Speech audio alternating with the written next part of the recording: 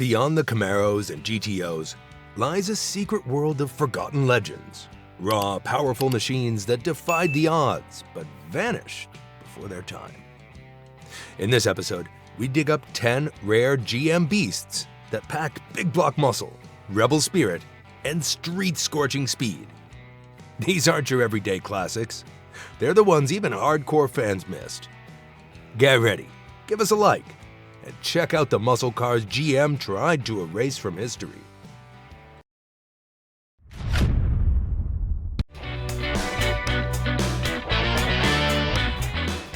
At a time when muscle cars were being choked by emissions regulations, one shop didn't back down. Motion Performance, led by Joel Rosen. They took the lightweight Chevy Vega, originally built as a fuel-efficient subcompact, and transformed it into one of the most extreme street-legal machines ever. How? By shoehorning in a monstrous LS6 454 cubic inch big block V8, the same power plant used in the 450 horsepower Chevelle SS. In Motion's hands, the Vega's humble 2,300-pound shell became a drag strip assassin. With well over 500 horsepower and 500 pound-foot of torque, it could rocket from 0 to 60 in under 4 seconds and tear down the quarter mile in the low 9s.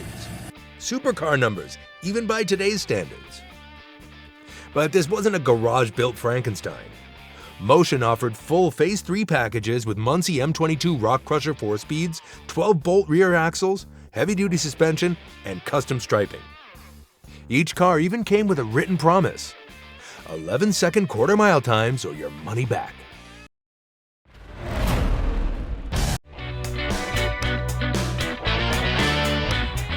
By 1981, the factory Z28 had lost its bite, choked by emissions and saddled with just 175 horsepower. But Don Yenko, the man behind the legendary Copo Camaros of the late 60s, wasn't ready to go quietly. In his final Camaro project, Yenko teamed up with Turbo International to create something GM wouldn't dare: the Yenko Turbo Z.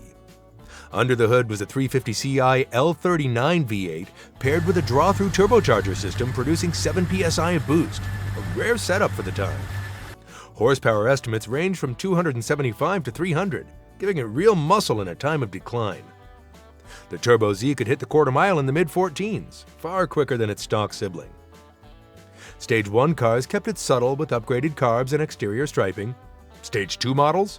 Wider tires, recalibrated suspension, and deeper gearing made them true driver's machines. GM didn't bless it, so Yenko sold them through his own network, just like the old days.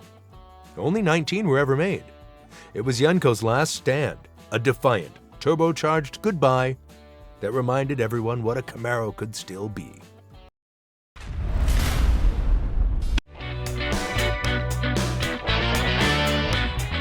Created during the final throes of the muscle car era, the Can-Am was Pontiac's surprise punch, a high-performance sleeper hiding under a Le Mans body.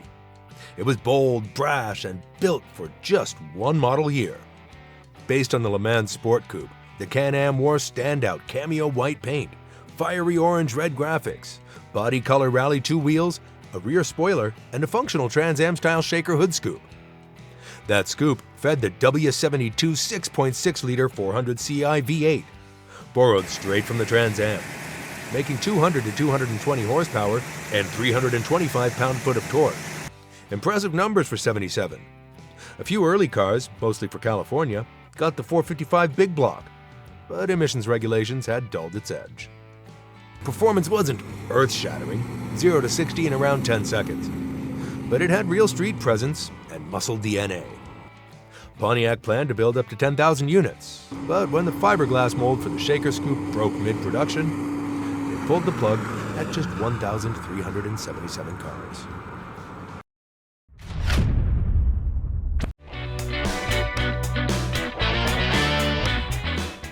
In 1991, Pontiac was cooling down, but SLP was just getting started.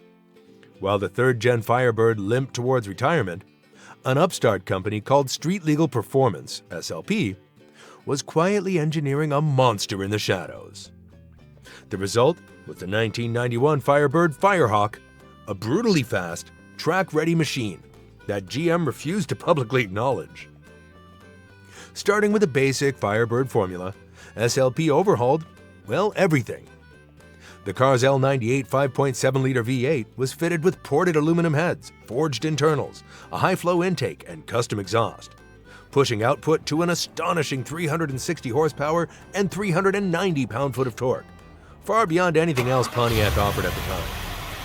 Power was sent through a ZF 6-speed manual, the same unit used in the Corvette ZR1. Performance was no joke, 0 to 60 in just 4.6 seconds, quarter mile in the low 13s, and a top speed near 160 miles per hour. Brembo brakes from the Ferrari F40, 275mm tires, and a Dana 44 rear differential turned it into a legitimate track weapon.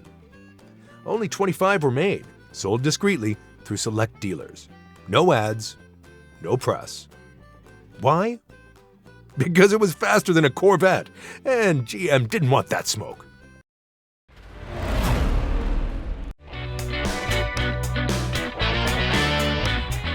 When Chevrolet launched the Monte Carlo in 1970, it was marketed as a personal luxury coupe, elegant, refined, and built for long drives. But hidden within the options list was something far more sinister. The SS 454 RPO Z20. This rare beast transformed the Monte Carlo into a heavyweight street fighter. At its heart was the legendary LS5 454 CI big block V8, making 360 horsepower and a pavement-twisting 500 pound-foot of torque. The same engine found in the Chevelle SS.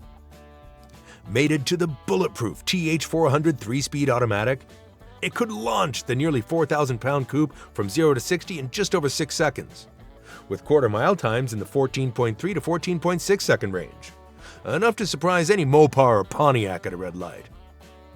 Unlike its muscle car siblings, the Monte Carlo SS didn't wear stripes or scoops.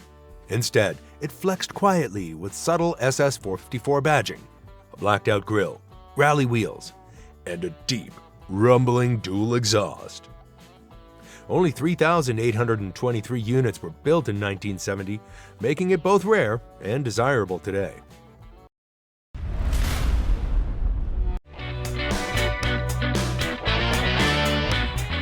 When you think Pontiac muscle, the GTO usually grabs all the glory.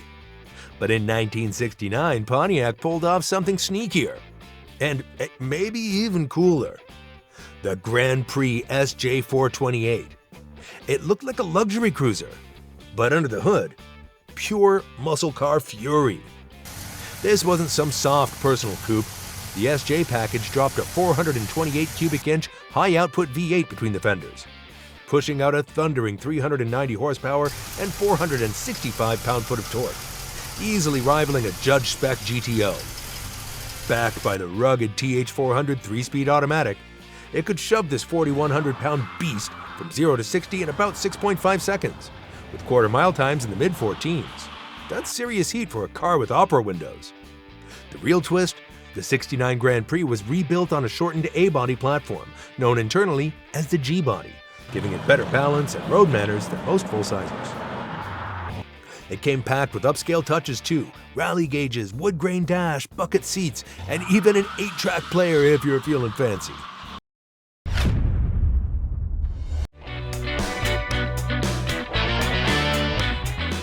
By 1973, the muscle car era was on life support, choked by emissions regulations, rising insurance premiums, and the looming gas crisis. But Buick wasn't ready to go quietly. That year it launched one of the last true street sleepers of the era, the Buick Century GS Stage 1. While it wore the formal squared-off style of the new Colonnade body, the Century GS Stage 1 hid something serious under the hood. Buick's massive 455 cubic inch V8, rated at 270 net horsepower and a walloping 395 pound-foot of torque, it could rocket this nearly 2-ton coupe from 0 to 60 in under 6.7 seconds, rivaling many lighter muscle cars. Don't be fooled by the net numbers. In real-world driving, it was a brute. The Stage 1 performance package added a hotter camshaft, larger valves, high-flow heads, heavy-duty suspension, and dual exhausts. A functional hood scoop, wide rally wheels, and bold GS badging hinted at its muscle car pedigree. Only 728 units were built in 1973, making it one of the rarest post-72 muscle cars ever produced.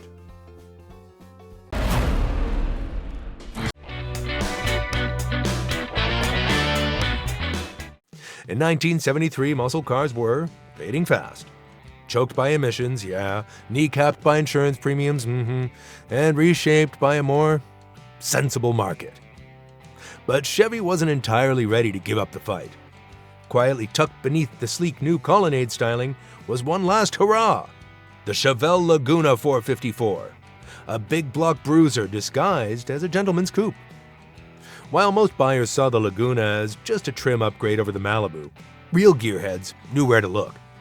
On the order sheet, the mighty LS4 454 cubic inch V8, making 245 net horsepower and 390 pound-foot of torque, still plenty of grunt in an era where most V8s were choking on smog controls. Mated to the tough TH400 automatic transmission and a 3.42 rear axle, this 4,100-pound sleeper could sprint to 60 miles per hour in the low 7-second range. Not bad for a full-size coupe with air conditioning and cruise control. The Laguna didn't just go fast, it handled better too, with radial-tuned suspension, optional sway bars, and wider tires. Inside it offered an upscale ride, bucket seats, a center console, sporty gauges, and even wood grain trim.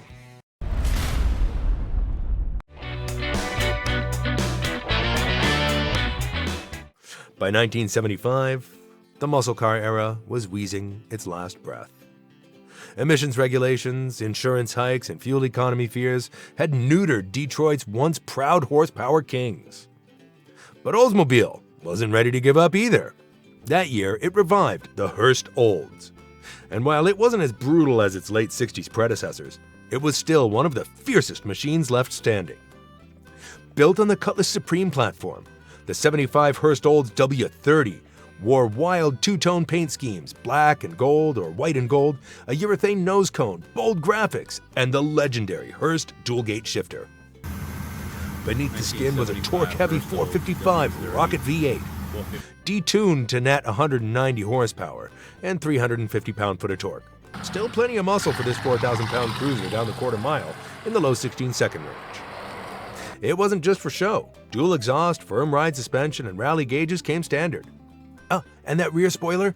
It was wind tunnel tested with input from NASCAR icon Richard Petty, giving it real aerodynamic value. Fewer than 2,500 W30s were built, making it one of the rarest mid-70s GM muscle survivors.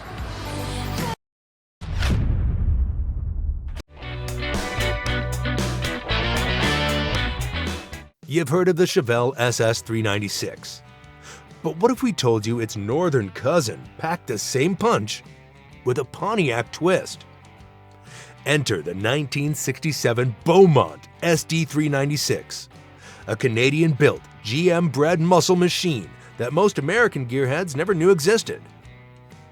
Produced by GM of Canada, the Beaumont was based on the Chevelle A-body platform, but dressed in Pontiac-inspired trim, including a unique grille, badges, and dash layout. The top dog SD396 wasn't just a trim package. It came equipped with a ferocious 396 cubic inch L34 big block V8, pumping out 350 horsepower and 415 pound-foot of torque. Mated to either a 4-speed Muncie manual or a TH400 automatic, it could rocket from 0 to 60 in just over 6 seconds and rip the quarter mile in the mid-14s. Real muscle, no translation needed. Other goodies included a 12-bolt rear axle, rally wheels, heavy-duty suspension, and even a center-mounted console tack. The SD stood for Sports Deluxe, and it lived up to the name. Fewer than 3,000 were built in '67, and even fewer survive today, especially outside of Canada. The golden era of muscle wasn't just about Camaros, GTs, and Chevelles. Behind the scenes, GM was building monsters, often rarer, sometimes faster, and now nearly forgotten. These weren't just cars. They were bold statements with luxury badges, backdoor engineering, and the muscle to defy expectations. They flew under the radar, they broke the rules, and when they roared to life, they left no doubt they belonged in the legend books. Which one surprised you the most? Ever seen, or better yet, driven one of these hidden gems in the wild? Smash that like button, subscribe for more untold car stories, and drop your favorites in the comments below.